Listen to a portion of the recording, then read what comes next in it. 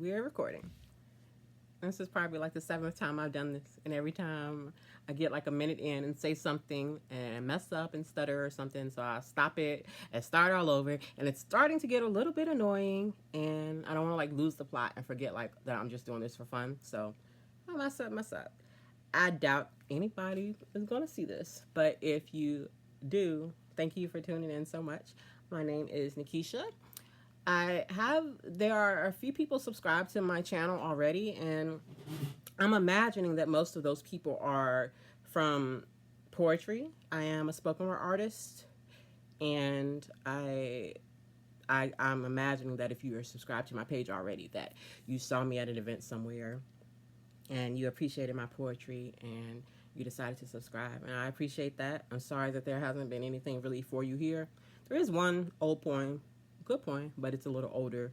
Um, just a rough audio of that. If you did want to check it out, you might appreciate it.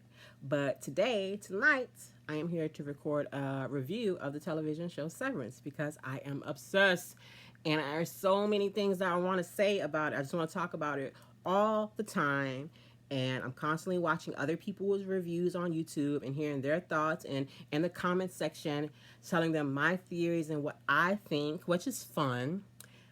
I really like the live chats. I have a couple of my favorites that I go to, and it's so much fun sharing your theories with other people, and I really do enjoy that. But also, the chat is kind of limiting into like the number of characters you can use, so how much you can say.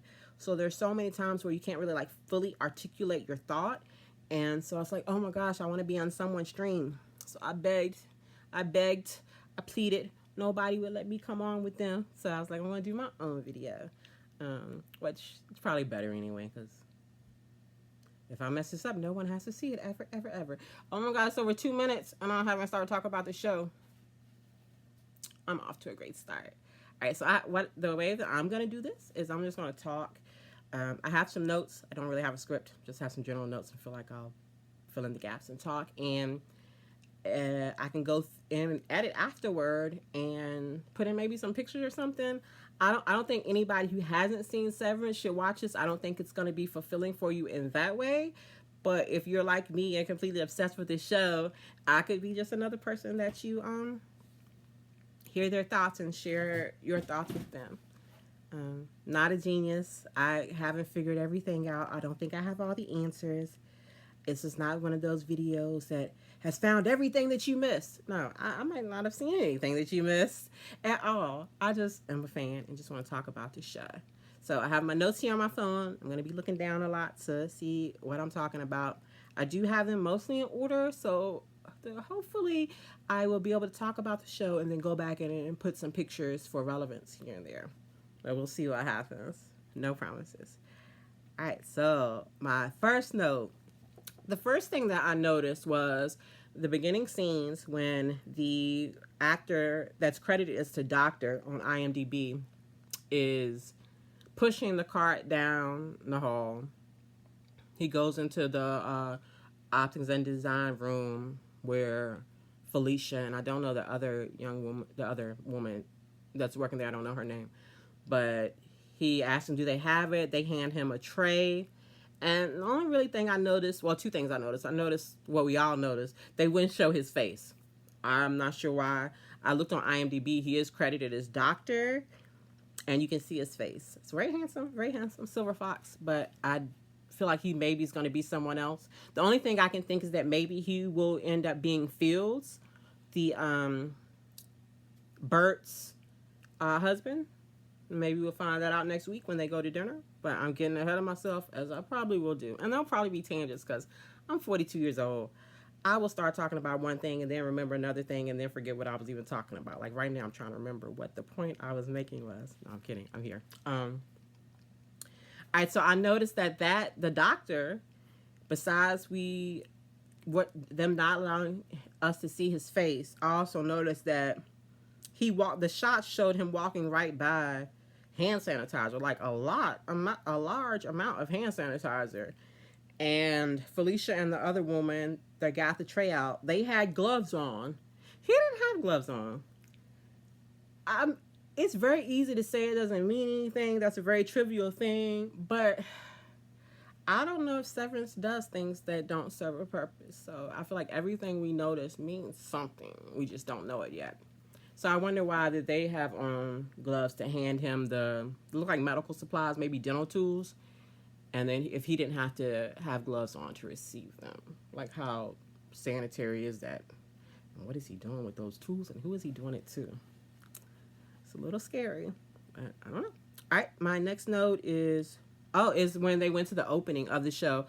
I love the show opening so much. Like, I love their score, the soundtrack, every scene where they break down the opening theme and have like bits and pieces of it there. I love it. Please keep doing that. I love it so much. And so I'm not the opening theme is full of stuff. I don't know what it all means, but I'm not gonna break that down. The only thing I'll comment this week is that at the end of the opening, why is Harmony like the ending focus? Well, Mark is the ending focus, but Harmony, they show Harmony and her head is big and it goes like into her head and she has the book and it just makes her look larger than life. And so I just wonder, what role is Harmony actually playing here that maybe we don't know yet? I'm very excited to see. I hope she's back next week. I never thought I would miss Miss Cobell, but I do. I do miss her. I need her presence. She makes me so uncomfortable. So I would looking forward to having her back to see where she is going to be in the story moving forward. Back to my list. They went to Mark and he was taking his supplements. I'm assuming that's part of the regiment, the protocol from Ragabi for the reintegration. So I like that we saw that he's doing that. He's taking his pills, his sea moss. I'm excited to see where that goes. Hope he doesn't die like Petey. Not a fan of that cough. We'll see what happens.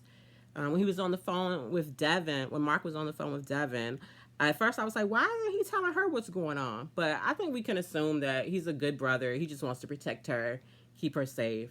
Ragabi probably swore him to secrecy or threatened to beat him with a baseball bat to death. She whatever. Okay, so I know it's a lot of debate. Different people have different opinions, obviously.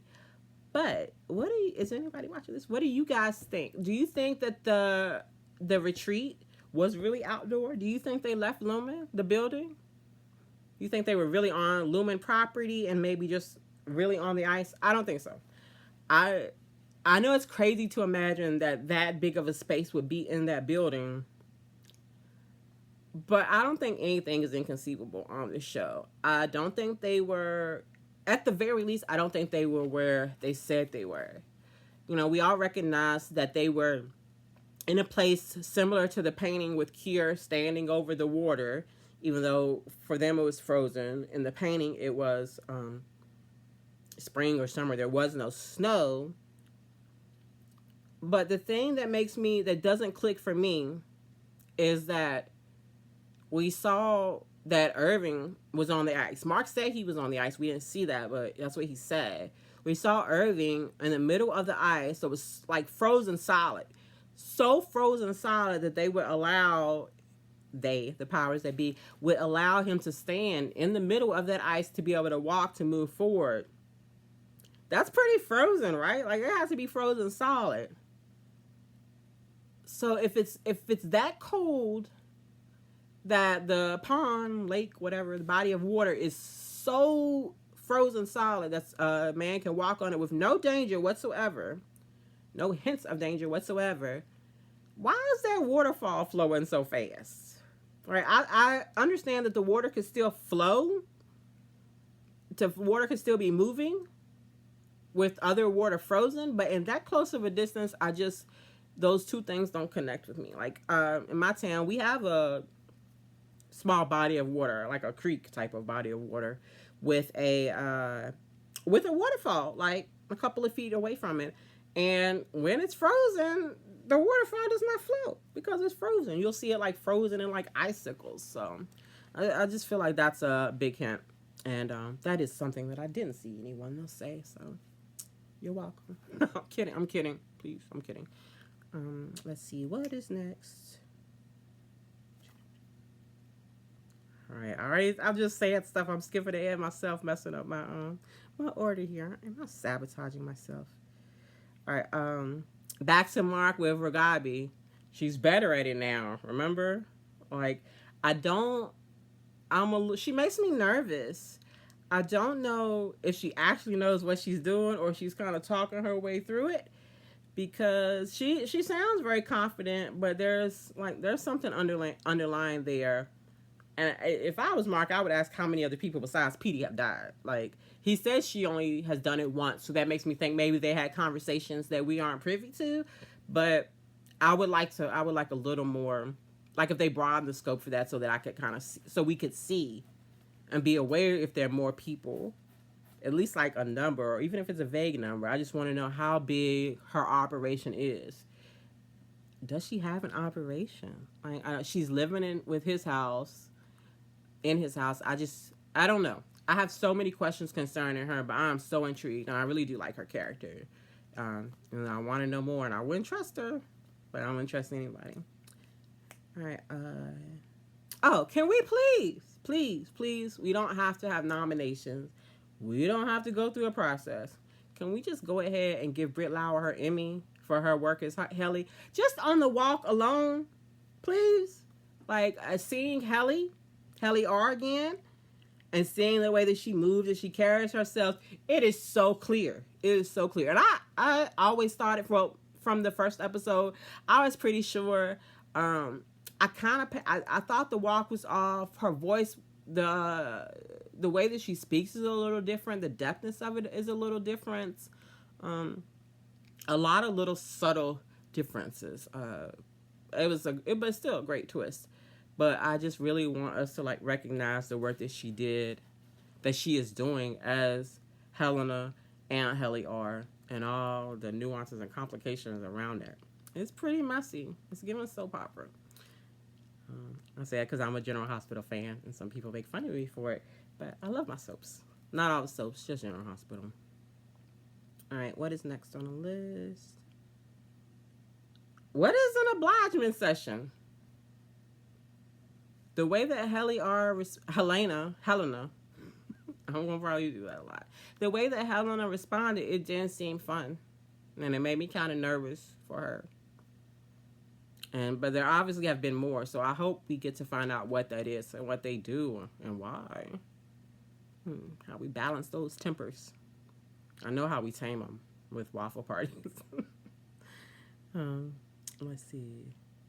Okay, this is interesting. In that same meeting, I realized I'm leaving so much out because the show is so much. So I'm so sorry to anybody who might randomly be running across this and think, oh, this is going to tell me everything about season 2, episode 5 of Severance. It's not. It's really not. I'm just talking. Forgive me. But when Helena said, call the innies fucking animals, are they animals? Does that mean something? Are they switching people with the goats? I don't know. Is that too far out there? Is anything too far out there? I don't know. But I'm intrigued.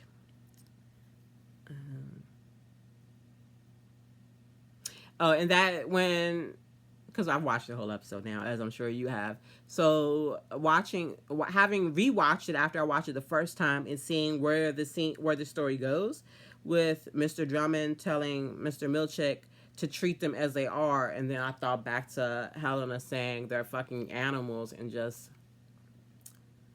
what does that mean? Does it mean that the powers that be don't see their humanity, or is there more to it?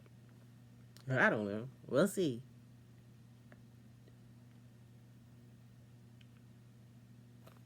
I'm not going to say that. That's a bad note. Some things I'm reading, I'm like, oh, that was fine in the moment, but it doesn't really make sense.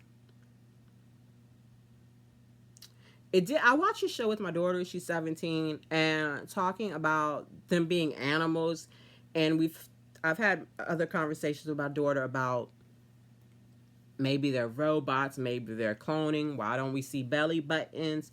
We didn't see Helena's belly button. Just saying. So it led to me having a conversation with my daughter about all this stuff, and I told her about Dolly the sheep. She didn't know about Dolly the sheep. We aren't teaching the young people about Dolly the sheep. If you're over 30, you probably know about Dolly the sheep. If not, tell the young people. Cloning is already a thing. It's not science fiction. Oh, we're not that far away from living in the dystopian future that we dread. I'm sorry, I was very optimistic, right? I apologize. Um, I'm sorry, I skipped ahead. Let's see. Oh, already did that. Already did that. Oh, I felt bad for Helena when she asked her father no. And they were like, your daddy don't care, girl. He said yes. It was a little upsetting, but not surprising when you see like the dynamics in that family already. Like, it's clear that she's not just like the daughter that he loves. They're using her and manipulating her. Not manipulating her, forcing her. All right.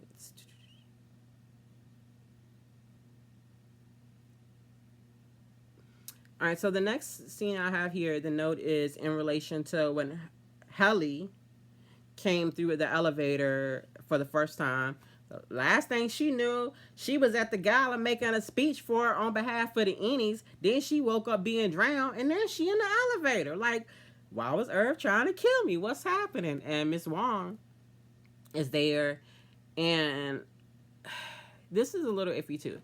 I've gone back and forth about. Actually, I just dismissed my own theory. So I'm not even going to say it out loud because y'all don't need to know how stupid it sounds. Once I was about to say it, I was like, oh, wait, that can't be possible because of that. So we just act like it didn't happen. I'm not going to edit it out. I am not.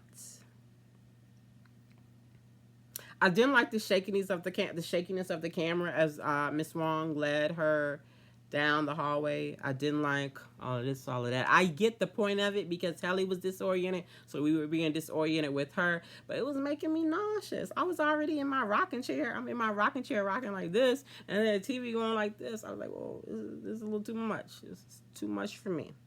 But I get the point of it, and I really appreciate the direction of Severance. Every episode, it's just so beautiful to watch. It's such an experience. I feel so grateful to be able to watch this show. It sounds crazy. Out of all the stuff going on in my life, I'm grateful to be able to watch a TV show. Maybe I should get my priorities straight. But I think that the only people that would feel that way is someone who hasn't been able to watch the show. There's just a lot of crappy television. There is so much crappy television that doesn't require you to think. You don't have to use a single brain cell, and you can just get programmed. But Severance is so good, and it tickles like every aspect of my brain. Parts that I didn't even know was back there, and I'm like, ooh. I just love it so much. So I'm happy to be here. I'm happy to be talking to myself on this iPad, and we'll see what happens. All right. All right. So I don't know. I'm going out of order because I'm going to combine a couple of things here. This is a little controversial, and people might not appreciate this that much. But did you see my stress ball? That fascia yellow. This is my stress ball. I'll play with it to keep me from being so nervous. I have another one. This is a pink Himalayan salt ball. Oh, I did that. All right. Controversial. Anybody who's too sensitive, you might be upset about this one. I am a person, I'm a black woman, in case you couldn't tell. Let's get melanin here. I advocate for representation. I value seeing myself in things, right? Like, I champion for that. I appreciate that. I crave that. I didn't really need it in Severance. I felt like the representation that I would need, I felt like it was already needed. It was a balanced cast. We got Ragabi. Oh my God. Am I really about to name every person of color in this show to prove a point? Yes. We got Ragabi. We have Natalie, Milchick, and what's her name? Alexa. How can I forget Alexa? I got an iPhone. Wait, that's the wrong one. Serious iPhone. Oh, don't say it.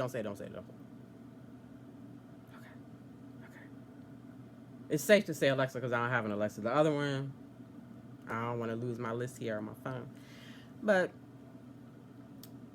my point was, we had characters, a diverse cast, characters that have melanin, so I was okay with that. them bringing race in at this point, which I get the best of intentions, and they did it tactfully, so I can't complain about how they did it. I just didn't need it. Like, I think a lot black people, I'm speaking for every black person in the world here, but I think that one of the reasons so many black people, other ethnicities, people love science fiction is that all this racism stuff that we experience in real life, we don't have to deal with in science fiction. Like, I'm not saying, I don't want to say racism, because people do discriminate against other groups, other species, but it's not like inherent racism that, you know, black people feel. So I was surprised when they brought up the paintings and this road that we're going. Now, I value the scenes. I appreciate those scenes between Natalie and Mr. Milchick. That I work, girl, give her an Emmy too. Like, I really love what Natalie was doing. It was very Get Out. I was giving the black lady from Get Out. I've seen a few Jordan Peele little winks, and that's cool. He's so amazing. But anyway, oh, you're not supposed to say on video. I probably say a million times. Maybe this can be like How I Met Your Mother, and you can play a drinking game, and every time I say you're gonna take a shot, and you probably get alcohol poisoning, but it's okay. All right, so back to the wonderful subject of racism. I feel like what they're trying to do is give some adversity for Milchick. I feel like we didn't have to do that. He already had it. There was already room. They have already planted enough seed for him to be resentful. It doesn't have to be about race. He can resent Mark, for being so privileged to be intimate with Helena Egan, you know, this wonderful legacy of a person. And then he can also, the fact that they brought in a child, whether it's a child or a robot or a clone, I don't know, but she's given teenager, preteen. They brought in her to do his job. Like, he took Miss Cobell's job, so she has his old job, and she's a kid. That is so insulting to say, like, a kid can do your job. He could have been salty. That enough is enough to have him salty. That and the fact that all the problems only started when Helena came in, but they punishing everybody else. I feel like that is enough stuff to give him that angst without having to bring race into it. At the same point, I'll say, I know their heart was in the right place, and I watched some behind-the-scenes interviews, so I appreciate the fact that they wanted to do it as sensitively as possible. I personally didn't need it. And while I'm talking about that, I just fuck my notes. While I'm here, though, in that same behind-the-scenes interview I watched with, I'm going to say his name wrong. I'm not going to say his name because I'm going to say it wrong. But the man who plays Mr. Milchick, he was talking about that scene and how he had talked to the creator about it, and that there were so many different ways that Mr. Milchick could have reacted and taken it. And he said, you know, he could have said F this and walked out the door, went to hell with it. And that gave me pause. I stopped the video I was listening to right there. I was like, wait, could he? Like, why would the actor? Because the actor has more information than we do, right? The only people who have more information is like the writers. So he's on the set. He's reading the script. He knows where this story is going. Looking at the story, why would he even imagine a possibility that Milchick could just say F it and leave? Unless that's where Mr. Milchick's story is going anyway. Not saying he's going to quit. Maybe he'll get fired. But I think that he might end up in a similar situation to Harmony last season and no longer be working for Lumen. I think that if you have read the Lexington letter, you notice there was another Milchick mentioned there.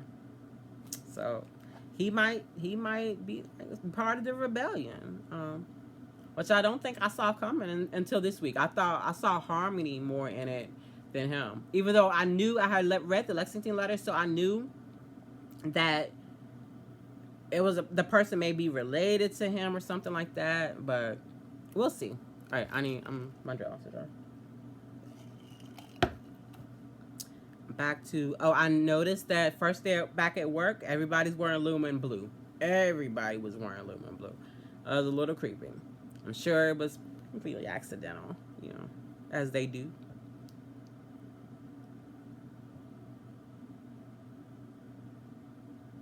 I don't even know what that note is. I don't know what that means. Oh, one of my notes says 3 dry fucks. I can't even say it. 3 dry fucks versus 1 wet fuck. Courtesy of Dylan.